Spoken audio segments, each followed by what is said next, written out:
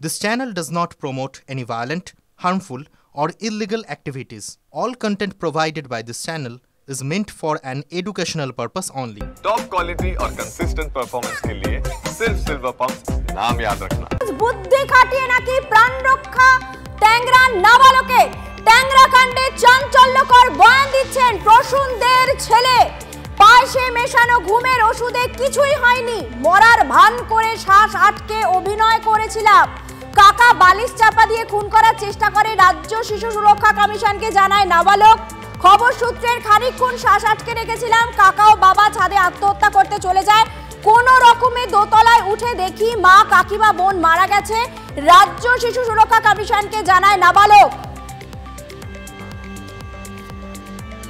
কাউকে ও বলছে যে ওর বাবা এবং কাকার একটা ব্যবসা ছিল, সেই ব্যবসাটা ফেল করেছিল এবং অনেক দিন ধরে ও জানুয়ারি মাস থেকেই জানতে পেরেছে ব্যবসাটা ফেল করেছে এবং ওরা ভাবছিল যে কিভাবে কি করা যায় এবং বাবার কাকা মামা মা এবং কাকিমা সবাই খুব ক্লোজ নিট একটা ফ্যামিলি ছিল। ওর ইভেন খুব তো বোনও ভীষণ ক্লোজ নিট ছিল এবং ওরা এটা নিয়ে আলোচনা করতো কি করা যেতে পারে ইত্যাদি। কিন্তু যেদিনকে ঘটনা তার দুদিন আগে ওর মা এবং ওর মা ওকে সব কিছু বলতো, কিন্তু ও মারা যাবার দুদিন আগে ওর মা বাবা কাকা ইত্যাদি ওদের সঙ্গে কিছু কথা হয়েছে, যেখানে যে কথাটা ওকে বলেনি, ওকে বলেছে এটা বড়দের ব্যাপার, তোমাকে এর মধ্যে ঢুকতে হবে না। এবং বুঝতে পেরেছে যে ওকে ওদের পায়েসের মধ্যে ঘুমের ওষুধ খাইয়ে দেওয়া হয়েছে ইত্যাদি। এবং তারপরে ও ভীষণ রেজিস্ট করেছিল, কারণ ও বোধহয় বিয়ে করতো, এক্সারসাইজ করতো, সেই জন্যে ওকে মানে ওর মাকে ওর বোনকে যত তাড়াতাড়ি মেরে ফেলতে পেরেছে বা ওর মাকে এবং কাকিমাকে ওকে পারেনি, কারণ ওর গায়ে খুব জোর ছিল, ও রেজিস্ট করেছে। এবং ও যেটা বলছে যে ও যেহেতু যোগব্যায়াম করতো ও অনেকক্ষণ নিঃশ্বাস ধরে রাখতে পারতো, তো কাকা ওর মুখের ওপরে বালিশ চাপা দিয়ে রেখেছিল যাতে ও মরে যায়। বললো আমি ভান করলাম যে আমি মারা গেছি, আমি অনেকক্ষণ নিঃশ্বাস ধরে রাখতে পারি এবং সেই জন্য কাকা ভাবলো আমি মারা গেছি, নিয়ে চলে। ভয়ঙ্কর অভিযোগ, যে অভিযোগ আপনাদের সামনে আমরা আনলাম এবং তুলে ধরলাম। ব্রেকিং নিউজ, একেবারে বুদ্ধি কাটিয়ে প্রাণ রক্ষা ট্যাংরা নাবালকের ট্যাংরা কাণ্ডে চাঞ্চল্যকর বয়ান প্রসূনদের ছেলের। পায়েসে মেশানো ঘুমের ওষুধে কিছুই হয়নি, মরার ভান করে শ্বাস আজকে নাকি সে অভিনয় করেছিল। আরো বিস্তারিত জানবো, আমার সঙ্গে রয়েছেন আমার প্রতিনিধি সুপ্রিয়। চাঞ্চল্যকর দাবি তো তাহলে প্রসূনদের ছেলের।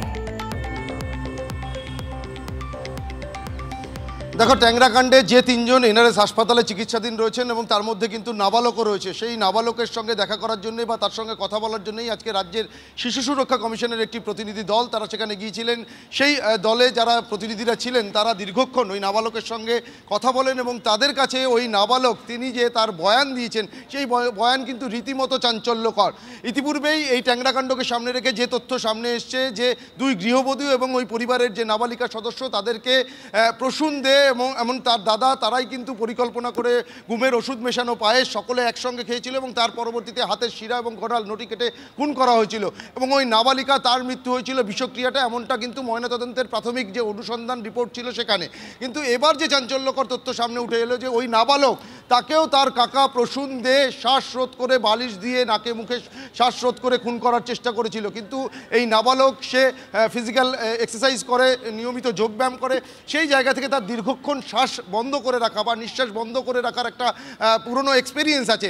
আর সেই জায়গা থেকে তার কাকা যখন তাকে শ্বাসরোধ করে বালিশ চাপা দিয়ে খুন করার চেষ্টা করেছিলেন সেই সময় সে তার নিজের নিঃশ্বাস বন্ধ করে দীর্ঘক্ষণ ধরে শুয়েছিলেন এবং বেশ কিছুটা সময় পর যখন তার কাকা যখন ভেবেছিলেন যে এই নাবালকের মৃত্যু হয়েছে, তারপর দুই ভাই অর্থাৎ প্রসূন দে এবং প্রণয় দে তারা যখন বাড়ির ছাদে চলে যান সেই সময় ওই নাবালক সে বিছানা থেকে উঠে যখন দোতলায় যায় সেখানে গিয়ে সে দেখতে পেয়েছে তার মা কাকিমা এবং তার যে দিদি তারা মৃত অবস্থাতে পড়ে রয়েছে।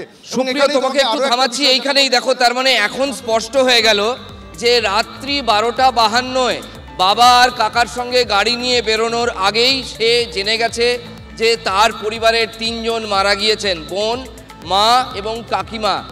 বিশ্বাস করুন কি মারাত্মক ট্রমার মধ্যে দিয়ে এই পুচকে ছেলেটাকে যেতে হয়েছে, সেটা অবর্ণনীয়। সুপ্রিয়, তোমার কাছে আরেকটা প্রশ্ন। এর আগে আমরা জেনেছিলাম বাবা কাকা গাড়ি নিয়ে যখন চক্কর কাটছিলেন তখন তাকে হসপিটালে ভর্তি করার একটা পরিকল্পনা করেছিলেন, কোথাও যেন এটা বিপরীতধর্মী, আজকে যা বেরিয়ে আসছে, সে যা বলেছে এবং আগে যা জেনেছিলাম আমরা।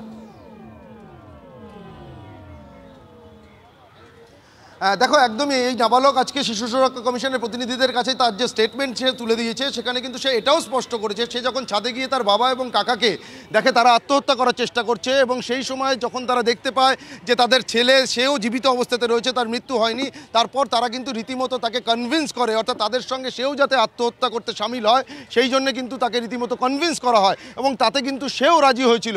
এবং পরবর্তীতে তারা যখন গাড়ি নিয়ে রাস্তায় বেরোয়, বিভিন্ন জায়গাতে সেই গাড়ি নিয়ে যখন মেট্রোর পিলারে এসে ধাক্কা মারে, তার আগে কিন্তু ওই নাবালককে তারা হাসপাতালে চিকিৎসার জন্য ভর্তি করার জন্যও তাকে অ্যাপ্রোচ করেছিল। অর্থাৎ পরবর্তীতে কোথাও গিয়ে প্রণয়দে এবং প্রসূনদের মনে হয়েছিল যে তাদের ছেলেকে তারা সে যদি চায় বেঁচে থাকতে তাহলে তাকে তারা হাসপাতালে ভর্তি করে দেবে। যদিও সেই বিষয়টা এখনও ভেরিফাই করার কাজ চালাচ্ছেন তদন্তকারী আধিকারিকরা। তবে রাজা, আরেকটা বিষয় যেটা আমি বলতে চাইছিলাম সেটা হচ্ছে যে ইতিপূর্বে ওই যে নাবালিকা, তার যে ময়নাতদন্তের প্রাথমিক অনুসন্ধান রিপোর্ট ছিল বিশেষজ্ঞদের, সেখানে কিন্তু তার বিষক্রিয়াতে মৃত্যু হয়েছিল এমন তথ্যই সামনে এসেছিল। কিন্তু ইতিমধ্যেই যে আরও রিপোর্ট যেটা এসছে, সেখানে কিন্তু যে ইঙ্গিত ইতিমধ্যেই পাওয়া যাচ্ছে বা সূত্র মারফত আমরা যেটা জানতে পারছি, সেখানে কিন্তু একটা বিষয় উল্লেখ করা হচ্ছে, মেকানিক্যাল অ্যাসপেশিয়া, অর্থাৎ তাকেও যে শ্বাসরোধ করে খুন করা হয়েছে তেমনই ইঙ্গিত কিন্তু ইতিমধ্যেই ময়নাতদন্তের রিপোর্টে উল্লেখ আছে বলেই আমরা সূত্র মারফত জানতে পারছি। এবং এই নাবালকের আজকের যে বয়ান, যেটা সে শিশু সুরক্ষা কমিশনের প্রতিনিধিদের সামনে তুলে দিয়েছে, সেখান থেকেই কিন্তু সেই বিষয়টা আরও জোরালো হচ্ছে যে তার মানে ওই নাবালিকার শুধু বিষক্রিয়তা নয়, তার মৃত্যু নিশ্চিত করার জন্যে তার বাবা অর্থাৎ প্রণয় দে সে শ্বাসরোধ করে বালিশ চাপা দিয়ে তার মৃত্যু নিশ্চিত করেছেন, সেটাই কিন্তু এখন জোরালো হচ্ছে। তবে আজকে এই যে নাবালক, তার সঙ্গে শিশু সুরক্ষা কমিশনের প্রতিনিধিরা কথা বলেছেন, তাকে কিভাবে আবার সুস্থ জীবনে ফিরিয়ে নিয়ে আসা যায় সেই জন্যই কিন্তু তারা উদ্যোগী হয়েছেন, এমনটাও কিন্তু আজকে তারা কথা বলার পর জানিয়েছে। রাজা, বেশ সুপ্রিয়, তুমি আমাদের সঙ্গে থাকো। আরও একবার আপনাদের শোনাবো শিশু অধিকার রক্ষা কমিশন বা শিশু রক্ষা কমিশনের চেয়ারপারসন ঠিক কী বলেছেন, একবার শুনুন। ওর বাবা এবং কাকা মিলে প্যাক্ট করেছিল সুইসাইড অ্যাটেম্প্ট করবে, সেটা বাড়ি থেকে বেরোয়নি। ও বললো যে একদম ছাদে উঠে গেছিল। বললো যে মা আর কাকিমা শেষ মুহূর্তে রাজি হননি, ওর মা এবং কাকিমা শেষ মুহূর্তেই প্যাক্টে রাজি হননি। ওর কাকিমা এবং কাকা এবং বাবা জোর করে ওদেরকে মেরেছিল। এবং তারপরে ও যখন দেখলো ও বেঁচে আছে, ও ওপরে খুঁজতে গেল, গিয়ে দেখলো যে ওর মা, কাকিমা এবং দিদির পড়ে রয়েছেন লাইফলেস অবস্থায়। তারপরে ও আরও উপরে গিয়ে দেখলো যে ওর বাবা এবং কাকা তারা সুইসাইড করবে ঠিক করেছে এবং ওকেও কনভিন্স করে ফেলেছে। তো আমি বললাম যে তুমি কেন রাজি হলে? বললো আমি যাদের যাদের ভালোবাসি সবাই তো চলে গেছে, আমার মা, আমার কাকিমা, আমার বোন, তাদের আমি এত ভালোবাসি, তারা চলে গেছে, আমি আর বেঁচে থেকে কি করব। মানে ওকে একদম ব্রেন ওয়াশ করে ফেলেছিল যে মৃত্যু ছাড়া আর কোনো উপায় নেই। বেশ, আমাদের সঙ্গে রয়েছেন, আপনাদের শোনালাম শিশু অধিকার রক্ষা কমিশনের চেয়ারপারসন কি বললেন। আবার আমরা চলে যাব আমাদের প্রতিনিধি সুপ্রিয় গুহর কাছে। সুপ্রিয়, তার মানে এই নাবালক প্রথমে কিছুতেই সে মরতে চায়নি, সহজ কথা। পরে যখন সে তার মা, কাকিমা এবং বোনের ওই দশা দেখে, পরিণতি দেখে, তারপর সে সম্ভবত আর বাঁচতেও চায়নি, তাই তো? তাই সে হসপিটালে ভর্তি হওয়ার যে প্রস্তাব, সেটা নাকচ করে দিয়েছিল।